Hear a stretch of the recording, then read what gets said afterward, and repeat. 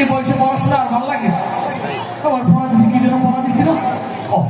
রসনা, রসনা দিলে একটি গরু চারটি পা, একটি গরু চারটি পা, চারটি গরুর একটি পা, চারটি গরুর একটি পা হয় কেমন?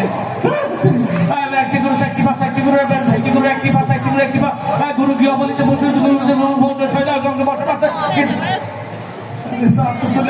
বড় হতো মুখস্থ হয়ে যাচ্ছে না, খিচে করি একটি গরু চারটি পা, চারটি স্যার মানা চলে এলো।